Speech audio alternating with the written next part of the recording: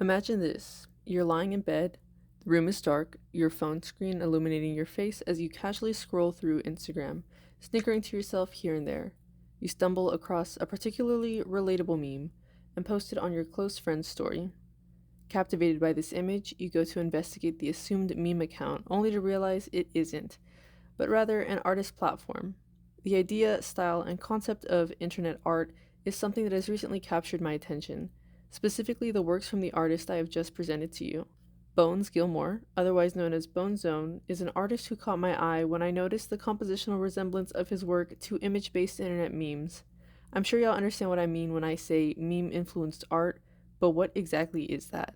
The word meme has multiple definitions, many referencing Richard Dawkins, a British evolutionary biologist who coined the term we know and love today.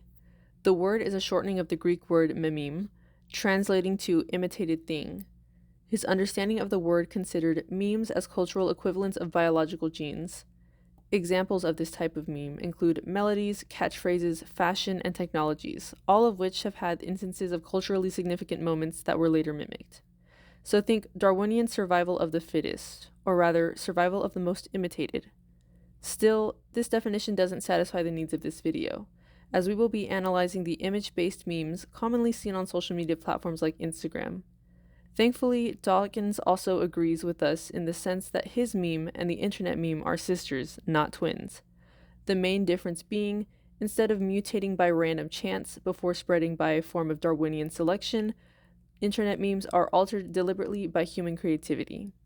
For the sake of this video, an image-based meme will be evaluated on its compositional style, such as having contextual or explicative text in the image, being funny and or relatable, generally referential, and circulates through the internet to then be interacted with, creatively altered, or imitated by others. Now that we have that out of the way, let's get back to Bonezone. As I was preparing for this video, I was blessed by the research gods and struck gold. An interview with Bonezone by Cult Mag in the form of the all too familiar Instagram carousel. Bonezone states, I feel like there's internet art and post-internet art. Ever since the internet arrived, everything is filtered through it, and I just don't see a way around that. This sentiment is not exclusive to Bonezone.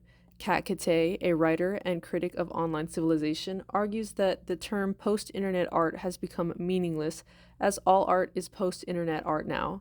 There is no art made today that isn't influenced by the background radiation of the internet. This influence of the internet is apparent in Bonezone's own work, with both his digital and traditional compositions featuring many of the facets I mentioned earlier when defining necessary elements in image-based memes. Bonezone also applies this internet aesthetic to establish pieces like The Lamentation of Christ or his version Eating Candy in Bed. Biblical themes and iconography are common in Bonezone's work, reiterating the creative alteration of cultural phenomena that is integral to the internet meme. In his interview, Bonezone brings up Howard Finster, a Baptist pastor turned visionary folk artist whose work and work ethic inspire Bonezone's own practice. Finster's journey began after an angel appeared in smeared white bicycle paint on his outstretched index finger, conveying the message of his artistic destiny. Well before Finster's limelight, the folk art category wasn't hailed as anything great. Holger Cahill, acting director of the Museum of Modern Art in 1932, established a definition for folk art as an expression of the common people, made by them and intended for their use and enjoyment. Cahill and his contemporaries viewed folk art as craft, not as part of a fine art tradition. Regardless, Finster proceeded to create over 46,000 documented pieces of art until he passed away in October of 2001. Finster was a prolific 20th century American folk artist who found himself in the midst of a transition in the consideration of folk art as high art. His work was ultimately featured in major institutions like the Whitney Museum of American Art and permanent collections in the High Museum of Art and the Smithsonian American Art Museum. In a 1994 interview from volume 53 of Art Journal, Howard Finster gives us his own take on what folk art is, saying, "To me, folk art and art is all art. The way I see it, folk art is just something in your own imagination, and you can be professional and still do folk art."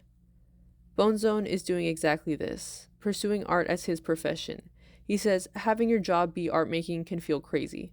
As long as my life is balanced and I'm taking care of myself, this is my job and I'll keep doing it and having a blast.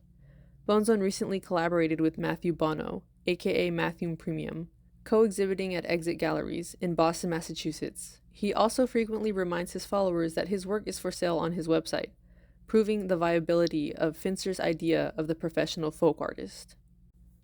Interestingly enough, the genre of folk art is brought to the forefront of this meme-esque art movement, with Bonezone's own work being described as post-internet folk art.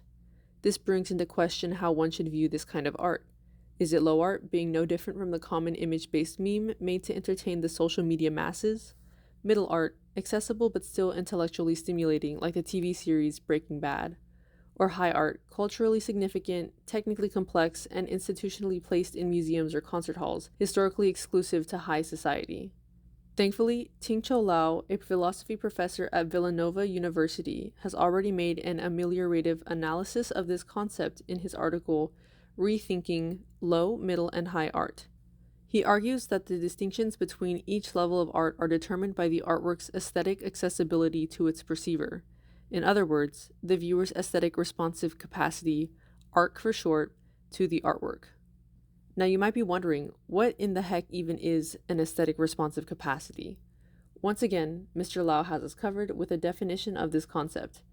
An aesthetic responsive capacity, i.e. a capacity to possess and respond to the aesthetic qualities of artwork as reasons to appreciate it. The general idea is that in order to possess and thus respond to some fact as a reason for some action or attitude, one needs to be able to use that fact in their deliberation about which action or attitude to adopt.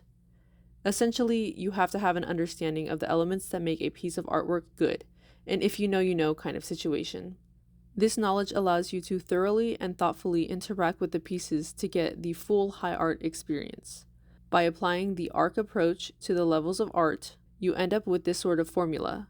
An artwork A is an instance of high art for perceiver P just in case its significant aesthetic qualities are generally inaccessible to P given her aesthetic responsive capacities. Middle art having significant aesthetic qualities that are generally accessible to P, and low art having significant aesthetic qualities that are easily accessible to P. Ultimately, Ting-Cho Lau's framework aims to create a defensible account of the distinction between low, middle, and high art that is neither elitist nor deflationary. Bonezone is not an anomaly in this meme-influenced art space, with other artists on Instagram like Redbugs Love, Yidis Art, and Matthew Premium all featuring many or all of the compositional components of image-based internet memes. Do Not Research, a community publishing platform and creative think tank, held their own IRL art exhibition from April 23rd to the 26th of 2022. The group gathered the work of 38 artists from the #ShareYourWork channel in the Do Not Research Discord server. Some featured pieces included Instagram scrolls, hung banners with a similar composition to image-based memes, and an anime girl-covered 3D printed gun. The setting of the art promoted from Discord posts to a proper gallery with physical pieces alters the perception of the viewer and the piece itself, upgrading the art to a higher status. This kind of art exhibition was made possible because the community that organized it grew up in or joined an effective community with a shared background and set of cultural experiences, which gave the perceiver a set of aesthetic, responsive capacities tailored to the art that is produced or frequently appreciated in that community, capacities that might not be as well developed by an outsider. These works can be and probably are taken for granted by the casual viewer. The internet core style caters mainly to an internet literate audience, who is familiar with the semiotics of the internet and image-based memes. A surface level perceiver might consider DNR an exhibition of low art, only good for a giggle, but to someone dipping their toes or already fully submerged in the aesthetics of the internet, this exhibition would be an intellectually stimulating experience. So, are image-based memes art? No. I would consider the traditional image-based meme separate from the ideas I have discussed in this video. Instead, I would consider image-based meme-influenced artwork a type of new age folk art.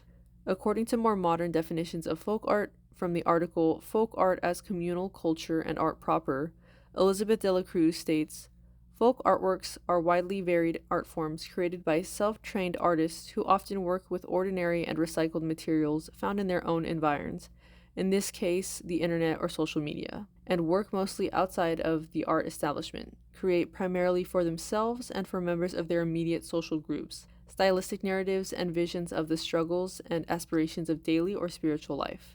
And folklore scholar Henry Glassy describes folk art as human creativity in social context. In Glassy's view, folk art is communal and local, conservative and participatory, conceptual and multifunctional. These definitions of folk art captures the essence of what this artistic translation of an image-based meme is, as its dense structure communicates a lot thanks to multiple associative links engaging the recipient.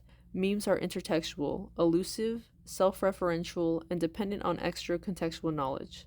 Will the aesthetics, like the compositional style of the image-based meme, take over the visual art sphere? I think we can determine that the internet's influence on contemporary art is undeniable. These artists have grown up in the mobile age, with access to the internet and social media platforms via smart devices, and are simply creating from what they know. Bonezone puts it well. I want to make something that is aware of the internet, but not consumed by it. My reach as an artist is completely dependent on Instagram. There is no denying that. My art exists primarily there for most people, but I still want to make an image that I consider timeless and not exclusively a product of the 21st century. This contemporary digital aesthetic is paving the way for a new subsection of folk art that is influenced by the internet, which can be considered in the realms of low, middle, and high art, depending on the aesthetic responsive capacity of the perceiver.